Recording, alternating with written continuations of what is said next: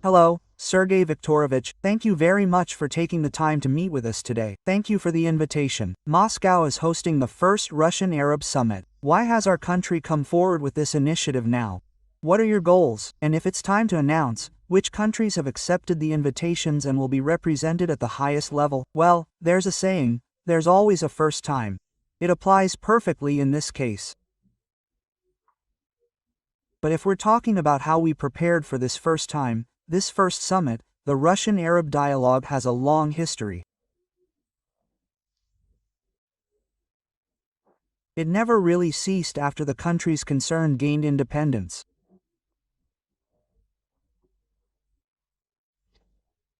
Both the Soviet Union and our country had already established very close strategic relations with most of our Arab friends after 1991. And in 2013, we decided to systematize these processes and put them on a multilateral basis.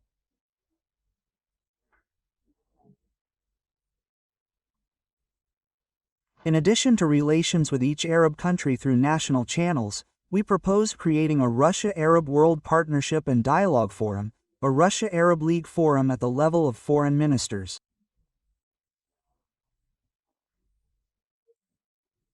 Six such ministerial meetings have already taken place, on average once every 2 years. The sixth meeting took place in December 2023 in Marrakesh, Morocco.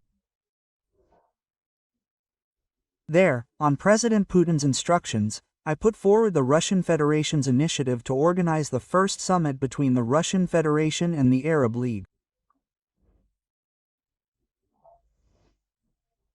This summit has been scheduled by mutual agreement for October 15th.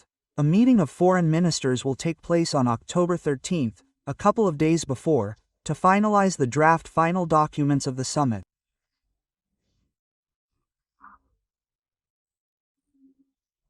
All member countries of the Arab League, including the League's Secretary General, Mr. Abulgait, an Egyptian citizen with whom I worked together for a long time at the United Nations, have been invited. So, the attendance is representative. It is clear that many of our Arab colleagues are currently very concerned about the issue of Palestine. And a number of them are participating in special consultations, helping organize mediated negotiations on the Palestinian issue.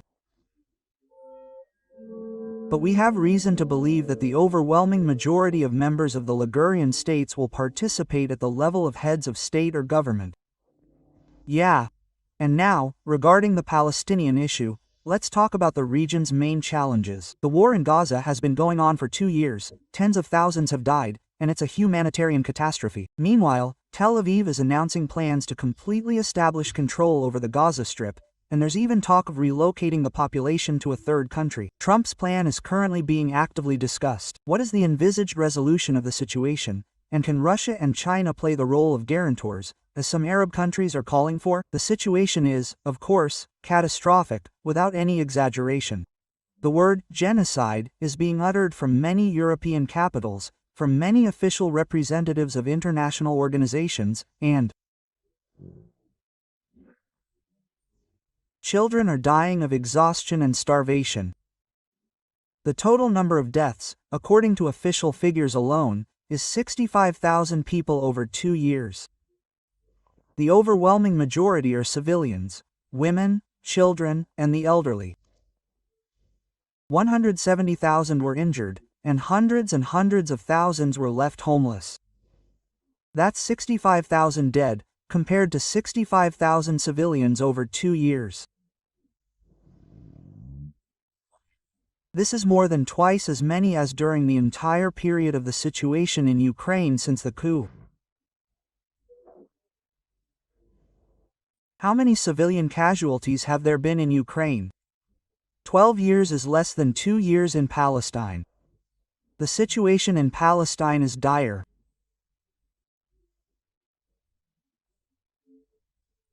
You mentioned some exotic ideas that were floated early on in the Trump administration, when they began addressing these issues: the Riviera, resettlement, a resort and recreational zone.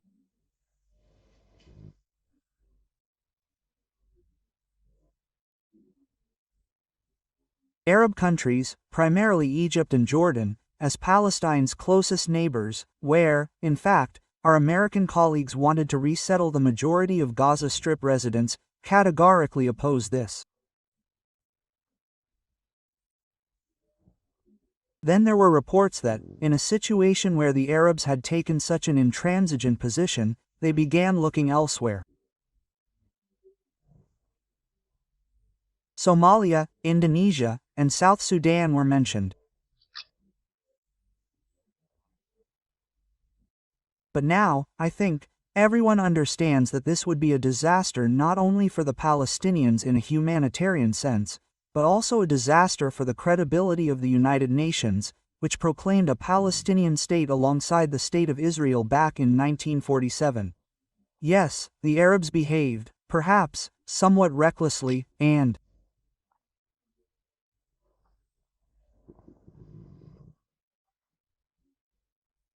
events began that ultimately resulted in bloody clashes and the shrinking of the territories slated for a Palestinian state. Nevertheless, the decision of the UN, the Security Council, and the General Assembly has not been overturned. The state must be created.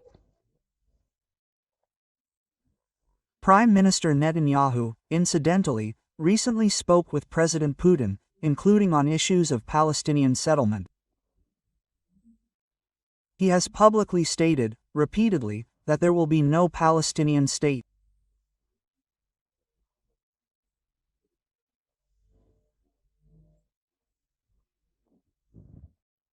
And if you look at Donald Trump's plan, which we consider a positive step, given the need to stop the bloodshed, save lives, rebuild the Gaza Strip, Gaza City, or what's left of them, Trump proposed these 20 points, which mention statehood, but are formulated in rather general terms and in such a context that, in fact, they're only talking about what's left of the Gaza Strip.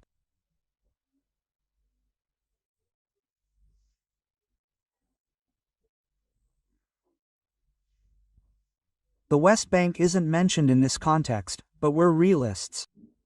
We understand that this is probably the best thing on the table right now.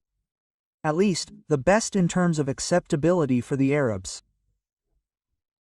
Not in terms of not rejecting it from Israel, but that's exactly how Netanyahu would characterize this position. But the most important thing, of course, is that it's acceptable to the Palestinians. Hamas, which is part of the Palestinian people and part of the problem, we strongly condemn the terrorist attack carried out by Hamas against civilians 2 years ago, on October 7, 2023. 1,200 were killed.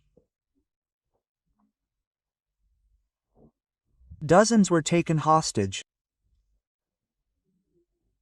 This is a crime, but it is collective punishment for such terrorist attacks against the entire Palestinian people. This is also a gross violation of international humanitarian law. When pointed out to them, a number of Israeli officials at the time stated that this was unacceptable. The guilty should be punished, not innocent people, women, children, and the elderly. They responded, "There are no civilians there. Everyone there is a terrorist, starting from the age of 3. Well, since I was 3 years old, yes, extremism is certainly fueled there, but for many years, I remember, with my Israeli colleagues, both in New York when I was working there and later when I became minister, we spoke to them, stressing the need to abandon intransigence, to stop trying to stall the UN resolution.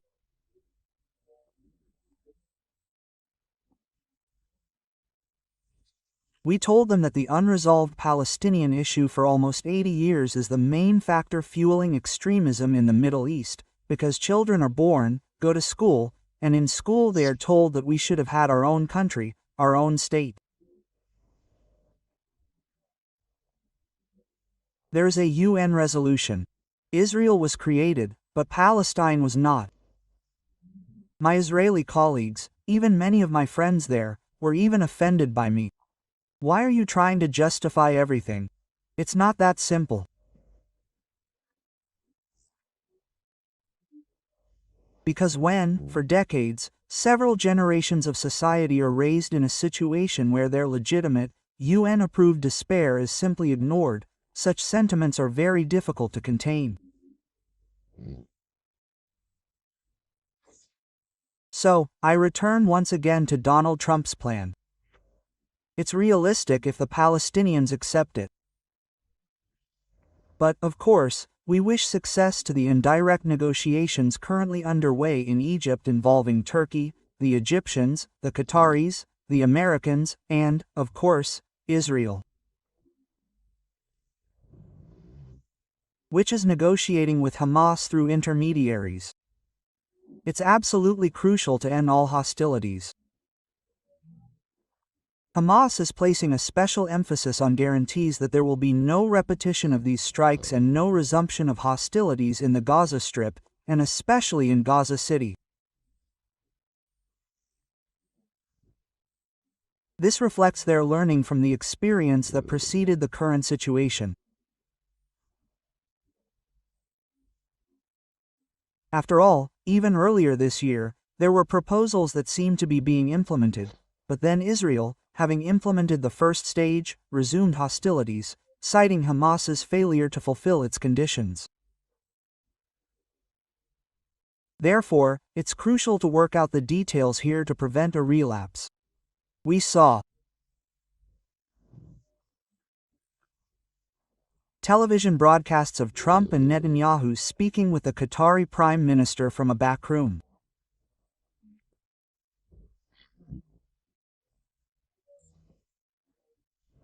And how Trump tried to secure a guarantee live on air that such actions against, well, in this case, against Qatar, but under the pretext that Hamas leaders were in Doha. So we wish them success. If we can help in any way, we will, of course. President Putin stated very clearly at the Valdai Forum that we must, of course, help create, a Palestinian state, but we have to start somewhere. And the state will come later. This goal must not be removed from the agenda.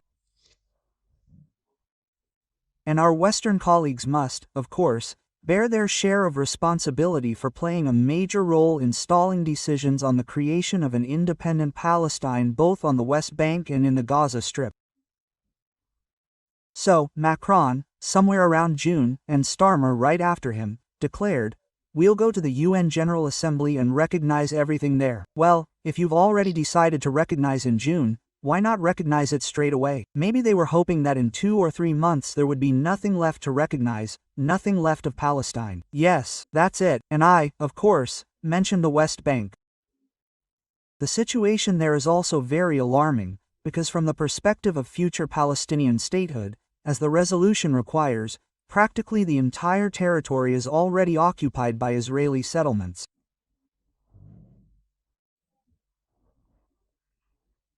And I've heard, it's not been officially stated anywhere, but people, political scientists and experts, are saying that there are apparently plans to create 2 or 3 municipalities in the West Bank, where Palestinian leaders will be appointed, and I don't know who or how they'll govern. That's the kind of thing that happens, but I repeat, right now it's very important for us to stop the bloodshed. In this sense, Trump's plan gives hope. And one more thing, Syria, of course, you met with your Syrian counterpart in Moscow in July and also on the sidelines of the UN General Assembly in New York. What stage is your interaction with the current leadership of that country at, and what prospects do you see for cooperation, including what is the future of Russian military bases? Last year, we celebrated, yes, last year, 85 years of diplomatic relations. We have had friendly ties and close cooperation since the Soviet era. Our country has made a significant contribution to the formation and foundation of the economy, the social sphere, the training of national personnel, and the strengthening of the Syrian Arab Republic's defense capability.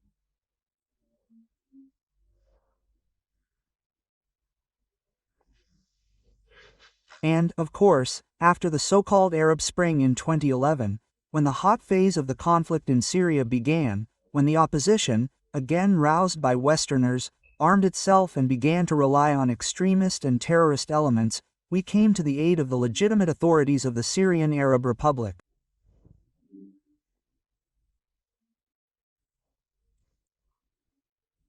President Putin made that decision, and we significantly contributed to normalizing the situation. We had agreements with the Americans, agreements in multilateral formats, both in New York and in Geneva, where a resolution was adopted.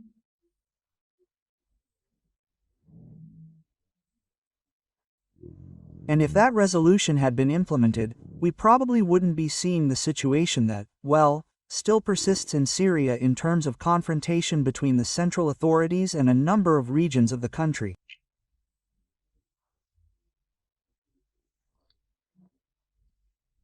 Well, we aren't friends with the Syrian Arab Republic out of convenience. Therefore, immediately after the events of December last year, we resumed our contacts. The president spoke by telephone with the head of the new government, Mr. Shira. An interagency delegation visited Damascus earlier this year and conducted an inventory with their Syrian colleagues.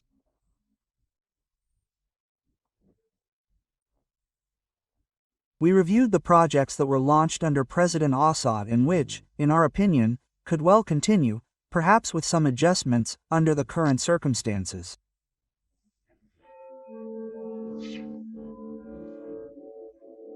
I met with Shabani back in the spring in Antalya, when we participated in a political science forum. Then we met, he visited us in June and July.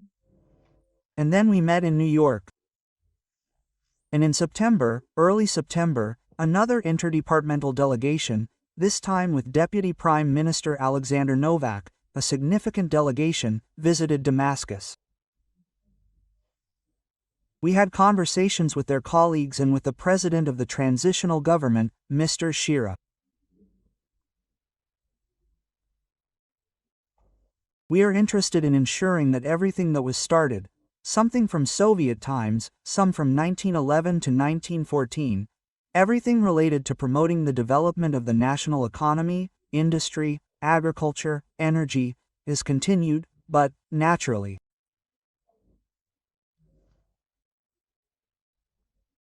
adjusted to the new conditions. This also applies to our military bases. As the president has repeatedly said, we will not remain contrary to the will of the Syrian leadership. But the Syrian leadership, apparently, and a number of countries in the region, are interested in our continued presence there. Of course, this is no longer a presence for the purpose of militarily supporting the legitimate authorities against certain opposition forces. We need to reformat our functions.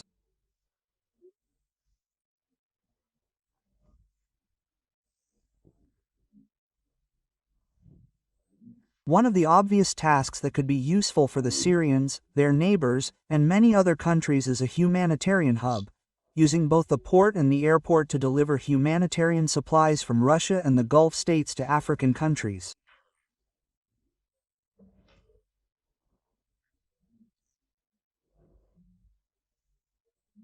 There's an understanding that this will be in demand. And we're ready to agree on the details. In principle, the issue was discussed, and there's mutual interest. And one more thing, of course, regarding Syria, the domestic political situation. Syria categorically demands that you stop interfering in its internal affairs. Large swaths of the Syrian Arab Republic are under the control of foreign troops. And these troops aren't always there at the invitation of Damascus. The situation is particularly complex in the south, where Israel insists on creating a buffer zone. We understand Israel's legitimate concerns about its security.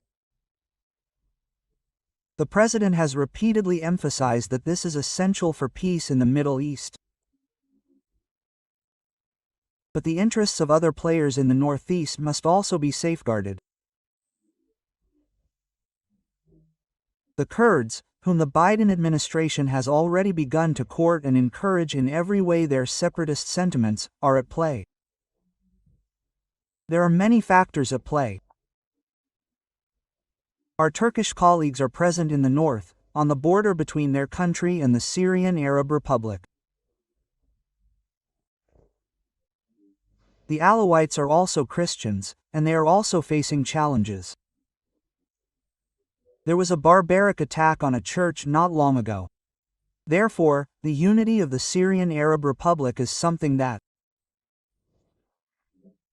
all countries with any influence on the situation, both in Damascus and on various ethno-confessional political groups in other parts of the country, should be interested in. Many, this is a traditional concern, are very afraid that the Kurdish issue will explode. Because if these games with the Syrian Kurds on autonomy and separatism develop into something concrete, then the Kurdish issue could explode in all other countries in the region. These are very serious risks. So, from all points of view, we will support our Syrian partners and are ready to cooperate on these issues with other countries that, in one way or another, promote their interests in the Syrian Arab Republic. Particularly significant will be the participation of the head of the transitional government, Mr. Shar, in the Russian Arab Summit on October 15.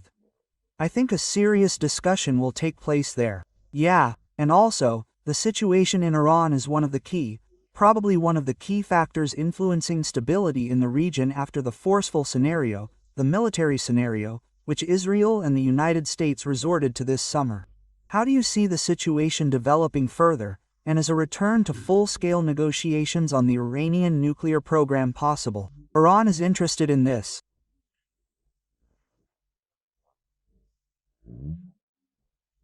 Iran, all these months, throughout this year, well, probably since January, when the West seriously began toying with the idea of reimposing sanctions, even though they have no legal right to do so, Iran has consistently advocated for negotiations, demonstrated flexibility and creativity in its approaches, and resisted, and strove not to succumb to, provocations, because the West constantly lured Iranian negotiators into yet another round of talks, and then reached some kind of preliminary understanding.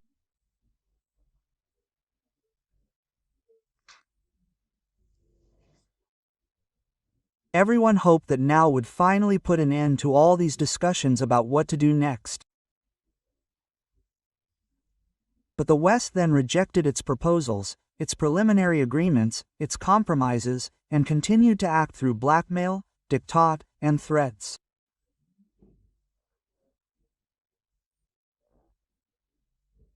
And the very fact of renewing these sanctions, which the West is trying to pass off as a legal action, is, of course, an utterly outrageous story, because, let me remind you, the resolution that approved the Joint Comprehensive Plan of Action wasn't violated by Iran. Iran has been complying with it since 2015, as soon as it was adopted. Then, in 2019, the United States said they didn't like it. They simply said, "We won't comply." And the Europeans, who were also obligated to implement the fruits of their labor, instead of speaking out in principle for preserving this deal, they began to play along with Washington and tried to persuade the Iranians. Fine, so the Americans refused to comply. Well, go ahead, please, don't be offended, let's come up with something else, give in here. Well, this is simply, well, despicable, not to mention the fact that it grossly violates international law. And the Charter requires compliance with all resolutions. And so they decided to take advantage of a provision in that deal, which in 2015, I was involved in that process, raised a lot of questions, because the then Iranian foreign minister, the then negotiator, John Kerry, said to him, "Okay, we've agreed on everything." It's a huge document, with technical, legal, and practical details spelled out. Quote, "So John Kerry suggested to our colleague, the Iranian minister, that he could sell it to Congress and Washington. Let's write it down like this. Because many in the United States don't trust Iran. So, to convince them, we'll write it down so that if Iran were to violate anything, or fail to comply, then any country, well, I won't even go into detail now, would automatically adopt a resolution to reimpose sanctions. And nothing can be done about it. So, they came up with a scheme that would clearly, well, favor anyone who wanted to reimpose sanctions against Iran. I'm sure the Iranians agreed to this agreement for one reason alone. They had no intention or desire to violate anything. So, with a clear conscience and a light heart, they signed on to this, well, unprecedented instrument, which the West has now grossly abused, turning everything upside down. And a country that hadn't violated anything and had complied with everything until the West backed out of the deal was punished. That's it, but I'd like to mention one more thing. The Iranians remain ready to negotiate, but the West seems to be doing everything it can to prevent these negotiations from happening, not with the United States, although the Iranians have always been prepared for that, too. They're even doing everything they can to prevent Iran from resuming normal cooperation with the IAEA, as if they're deliberately provoking a major conflict. Maybe that's what someone wants. At least we're talking about Arab affairs, and we're preparing for the Arab Summit. In recent years, including with our assistance, positive shifts have been evident in relations between Iran and Arab countries. It has had relations with a number of them for quite some time. And a few years ago, we agreed to normalize relations with Saudi Arabia. It's a key Arab country, a key Gulf state.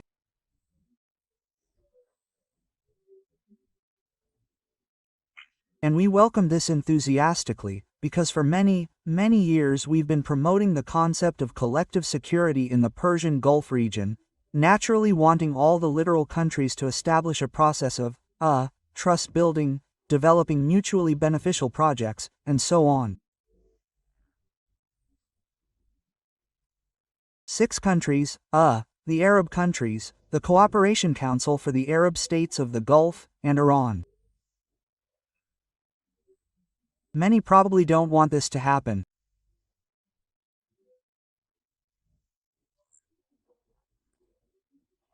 Many don't want Iran to get rid of the problems it's been burdened with, including the ones I mentioned, including demands that Iran unilaterally abandon not only its nuclear program, including its peaceful nuclear program, but also that Iran unilaterally disarm.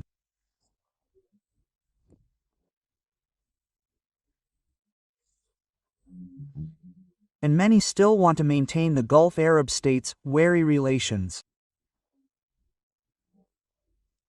with Iran. These are Western games. The British are famous for their divide and conquer approach, but here it's not even divide, but pitting them against each other and conquering them. It's sad that colonial, neo-colonialist tendencies still shape the actions of some of our Western colleagues. Yes, you mentioned the negotiations in Vienna in 1915, I remember, at the Coburg Palace. How many months that took, and what jubilation there was on July 15th when the document was finally signed. Yes, well, let's move on to other topics, specifically, Saudi Arabia, which you already mentioned. Next year, we celebrate the centenary of diplomatic relations with that country. How would you characterize cooperation with Saudi Arabia through the prism of time and today? I think the relations are excellent. The Soviet Union was the first to recognize Saudi Arabia. It had a different name then. It was a kingdom, but under a different name. And the fact that we did this and thereby established close, trusting ties. Soviet diplomats worked in Saudi Arabia during that period and left very fond memories. Then, in the middle of the last century, our relations, for obvious reasons, became somewhat strained, but the groundwork laid in 1920 helped quickly improve them. Now,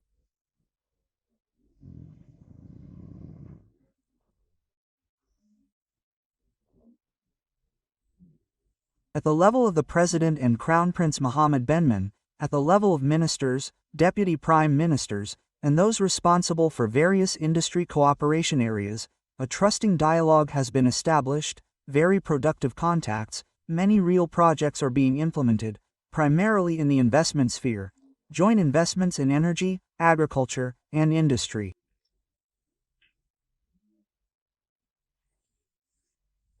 And, of course, politically, we have very close cooperation. We are interested in the implementation of the initiatives that Saudi Arabia has been promoting internationally, and has been promoting for a long time, including on the Palestinian issue. 2002, Beirut, the Arab League Summit. The Arab Peace Initiative, put forward by King Faisal of Saudi Arabia.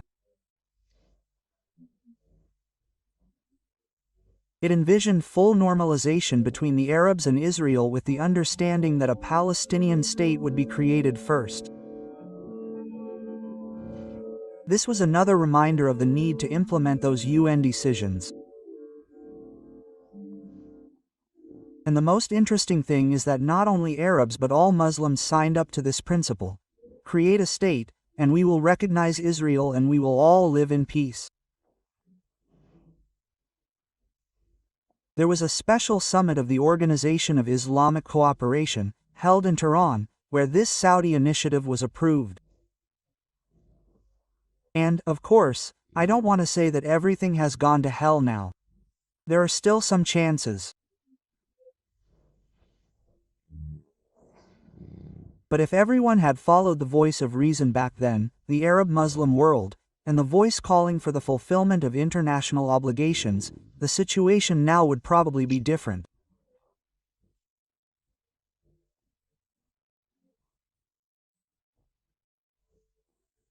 But nevertheless, by the way, the Americans, over the last 7 years, have probably tried to reverse this formula and tried to promote the so-called Abraham Accords. They said, let all the Arabs recognize Israel, and then we'll see what happens with Palestine.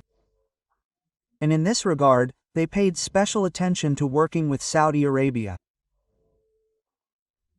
And just recently, Mohammed bin Salman, the Crown Prince, publicly stated that their position remains unchanged. First a Palestinian state, then normalization of relations with Israel. This commands respect. Incidentally, his first visit to the Soviet Union was, I believe, in 1936, when the Crown Prince, and later King Faisal, arrived.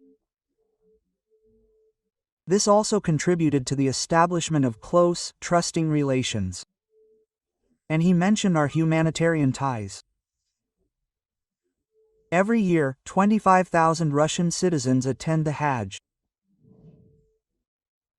We greatly appreciate the attention paid to our pilgrims by the relevant Saudi Arabian authorities and other areas of our humanitarian cooperation.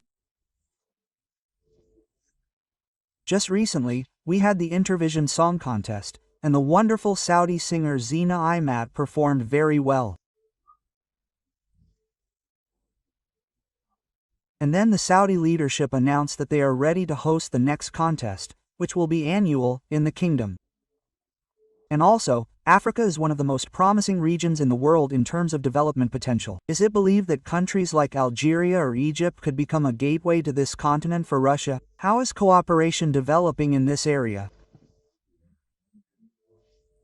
Yes, well, our doors have long been open, ever since the struggle for decolonization. And the legacy that the Soviet Union left behind from that period, beginning with the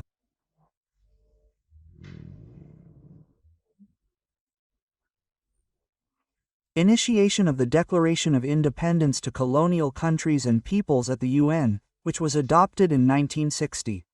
And, of course, that includes the practical assistance, military technical, economic, financial, and educational, that we provided to the national liberation movement, and then, after the peoples of Africa gained independence, to help them establish their statehood. Yes, in the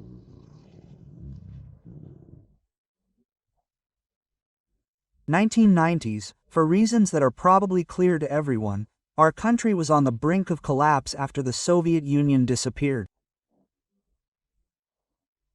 Centrifugal tendencies were present in the Russian Federation, in the RSFSR, at the time. And we were in catastrophic debt. The Monetary Fund, the World Bank, I remember it all.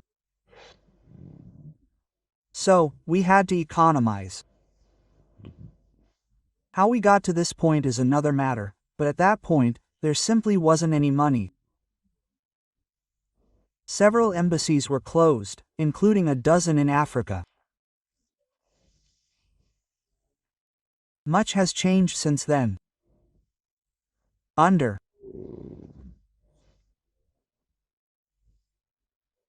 President Putin, when Russia gained strength, regained a sense of its own identity, and regained an understanding of what role it should continue to play in the world, we began to return to Africa. And now, practically speaking, just last year, 2 embassies were reopened. This year, we'll be opening and reopening 2 more, 1 new one, and 3 more embassies are on the way. That means, in just a few years, 8 embassies will be returned to the African continent. This is an important moment, one of global strategic significance. Africa is experiencing a second awakening.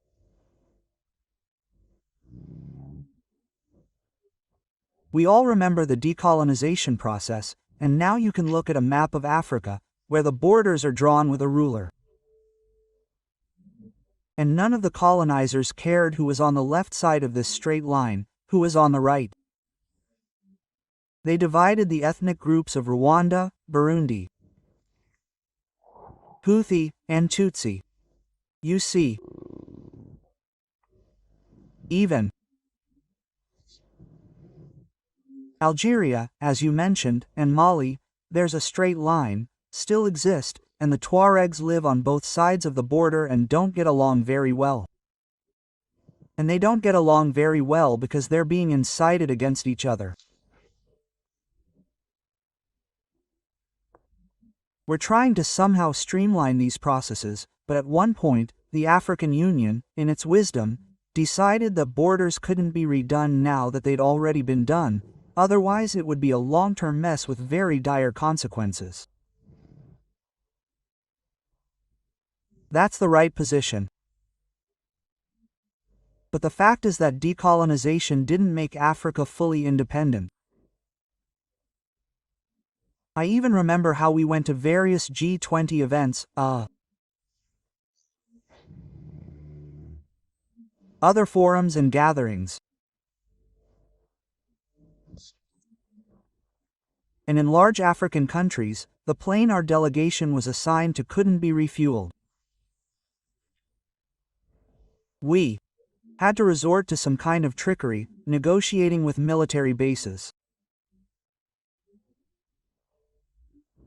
And all the other refueling stations and airports in most African countries belong to Western multinational companies, which refuse to refuel Russian government planes. So, of course, we're now seeing Africa creating its own structures. Not just an African Union where they gather and discuss abstract topics. An African Export-Import Bank has been created, in which we participate with a special status, and investment programs are being developed.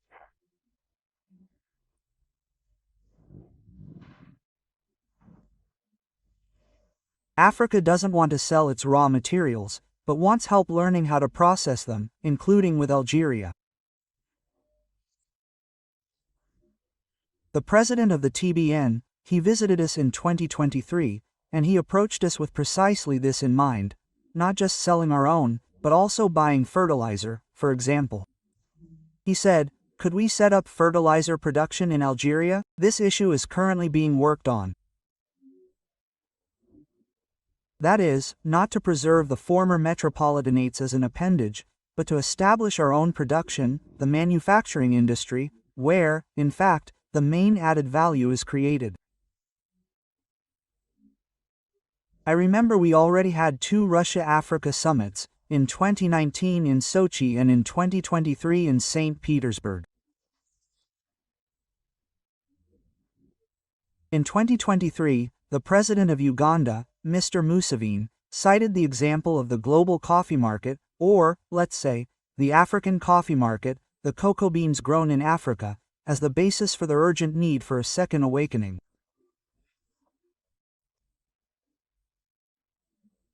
He estimated it at approximately 420 billion euros, of which less than 10% remained in Africa.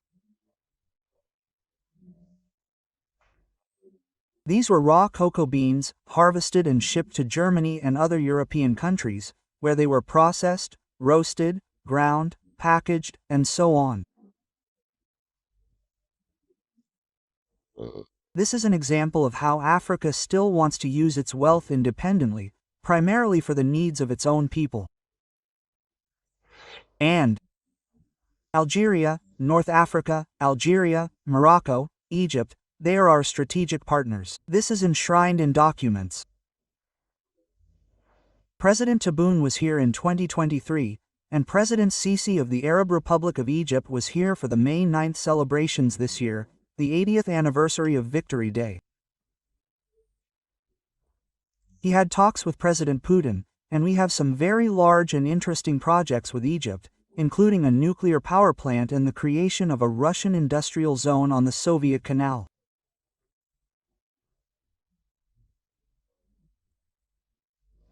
And much more, yes, and trade with Africa, while certainly not as impressive as China's, or Africa's, or Western countries, is growing very rapidly and has reached almost $30 billion. Although 70% of this trade turnover is between 7 or 8 countries, diversification is needed here. But, as I already said, we have held 2 summits with Africa. And at the St. Petersburg summit, a decision was made to establish a permanent annual mechanism at the level of foreign ministers. We met last fall in Sochi, and this year, in a little over a month, we are holding the 2nd annual Russia-Africa Partnership Forum in Egypt. There will be plenty to discuss, both in terms of the economic aspects of the second awakening of the African continent, and, of course, in terms of the political problems that will not disappear by then. The main thing is to prevent them from escalating. Another country in the region is Libya. I can't help but ask about it. Diplomatic relations with it mark exactly 70 years this year. And since 2011, Moscow has been trying to maintain dialogue with all significant political forces in Libya. What are the current prospects for developing cooperation with this country? Could we talk, for example, about joint oil production or, say, about opening a Russian military base on Libyan territory? Yes, a few days ago, literally, no, probably a couple of weeks ago, in September, we celebrated the anniversary of our diplomatic relations. From the very beginning, since Libya's independence, they have been friendly, as indeed they have been with the vast majority of other countries in the region. President Putin visited the Libyan Arab Jamahiriya in 2000, I believe, for the 8th time. Major documents were signed back then, declarations on strengthening friendship, a declaration on multi-sectoral partnership. Many of our companies, including oil companies, but not only oil companies, and Russian railways signed framework agreements, and even contracts, on the implementation of joint projects. This railway issue, in particular, was in great demand. Then came the Arab Spring.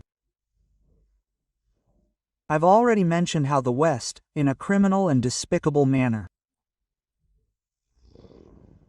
carried out aggression in violation of the Security Council resolution. And then events began, the echoes of which we are still feeling. All these years, Russia actively participated in international events aimed at reconciling the east and west of Libya. We maintained, as you said, relations with both. And today, our position remains valid.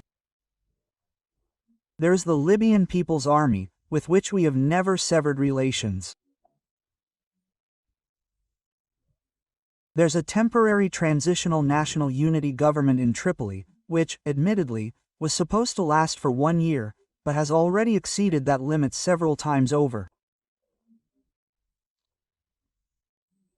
Nevertheless, we're in favor of them joining and continuing their dialogue between West and East Libya, and seeking an agreement on how they can ultimately live in one country. Our companies are ready to implement all our agreements with the Libyan parties. But in a situation where there was first military action, then a ceasefire, which, thank God, is now more or less holding, there's certainly not enough stability to resume practical cooperation projects. But there is dialogue, and we maintain contacts. And I hope that one day Libya will be able to return to a full, peaceful life. And that's probably the final question. The clock is telling me it's time to wrap this up. You already mentioned the UN today. Indeed, many Arab countries now rely on Russia and China to discuss regional issues at the UN, particularly regarding Security Council voting. Meanwhile, calls for reforming the organization are becoming more and more frequent. What is our position on this issue? The Security Council is, of course, a vital body. Another issue is that one shouldn't abuse one's powers, especially if one is a permanent member of the Security Council.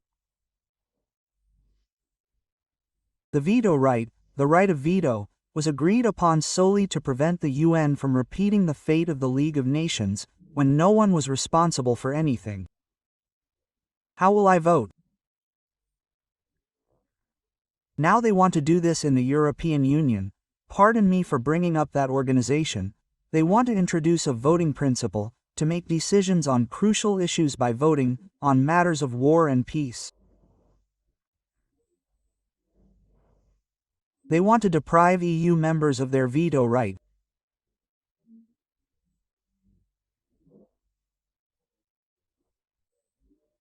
First of all, countries like Hungary and Slovakia, which want peace, not war, and which, with their right of veto, for consensus is essentially every country's right of veto, are preventing the European Union from turning from a once promised economic and social paradise into a war machine, which is, or rather, what Ursula von der Leyen and the other Führers who are now actively running the EU are trying to achieve.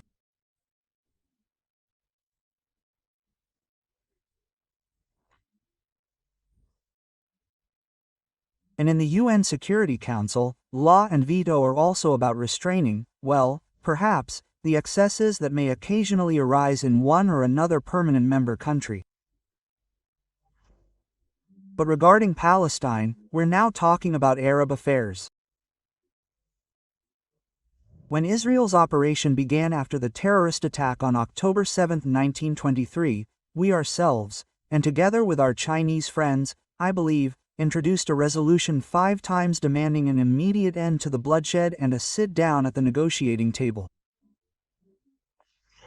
Each time, the Americans invoked their veto. Well, essentially, it was the Biden administration that essentially gave carte blanche to continue what, by all standards of international humanitarian law, is called collective punishment.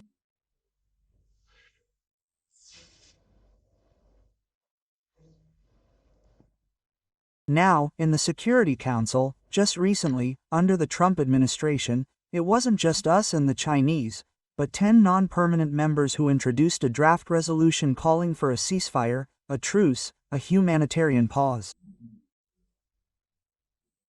It was categorically opposed, and not only by the United States, but also by some Western countries. You see, the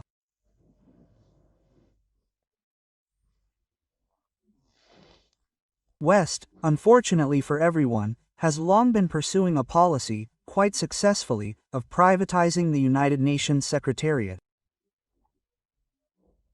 The Secretariat is supposedly a technical body, and according to its charter, in accordance with Article 100, it is supposed to take an impartial position and not receive instructions from any government. But life is richer than any charter. And although there's an agreement that equitable geographic representation must be ensured in the Secretariat, so that each country, in accordance with certain criteria, has its own citizens on the Secretariat, well, someone joins the Secretariat. There are plenty of examples. Let's say a citizen of, well, I won't put it strangely, a developing country, Asian, African, Latin American, signs a permanent contract with the Secretariat, which we opposed back in Soviet times precisely to prevent the Secretariat from becoming rigid. And yet, they actually voted through these permanent contracts back then. Someone signs a permanent contract, has a family there, children are in school, then university, and all their money is in some American bank.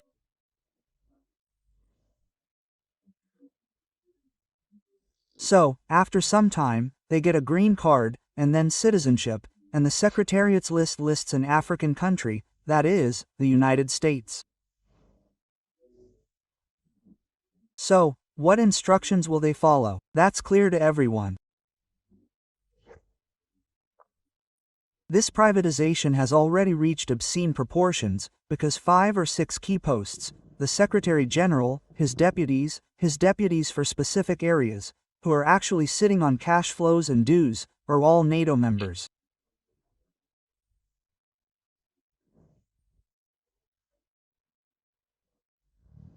And in the Security Council, we always advocate that issues from any given region, when discussed in the Security Council, be considered primarily with the opinions of the countries representing that region in mind.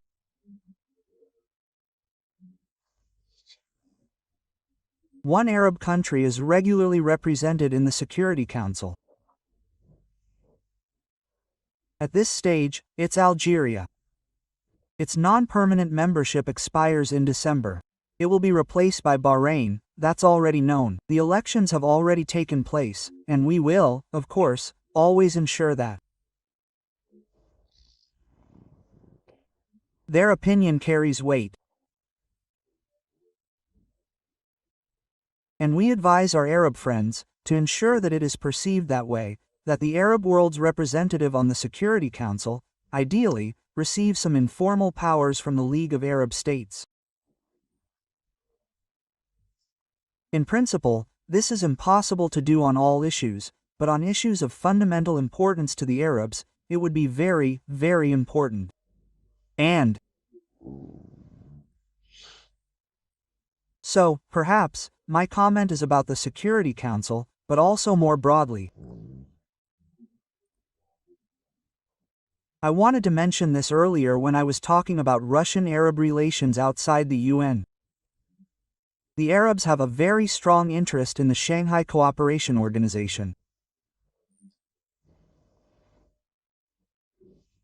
Currently, 6 countries, Egypt, Saudi Arabia, the Emirates, Qatar, and Bahrain, are dialogue partners in the SCO. And it's not just a matter of coming, sitting, listening, speaking, and then leaving. No, they are actively involved in the projects.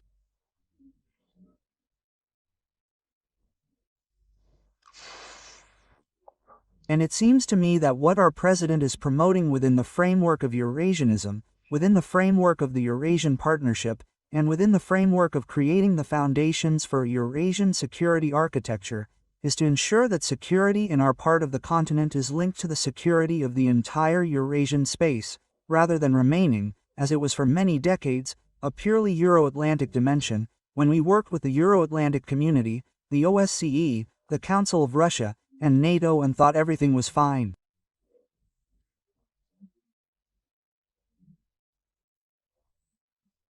This is not good at all.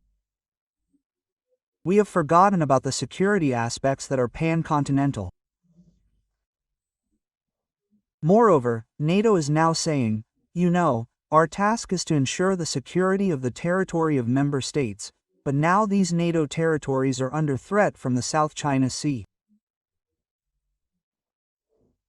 They said this and are now actively introducing their infrastructure to the eastern extremity of Eurasia. Therefore, these are also such serious questions, and this is no longer a topic for IAEA.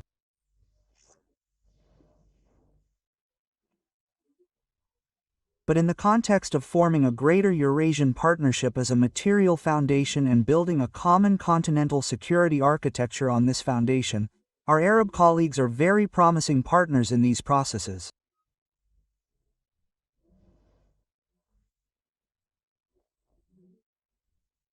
And we will also discuss this at the Russia-Arab World Summit.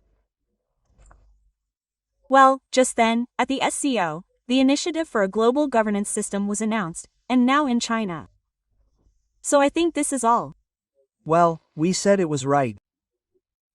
Global governance must be fair. We are ready to work with our Chinese colleagues, who put forward this initiative, to understand how they see it. Thank you very much, Sergey Viktorovich, for this interview. A detailed answer.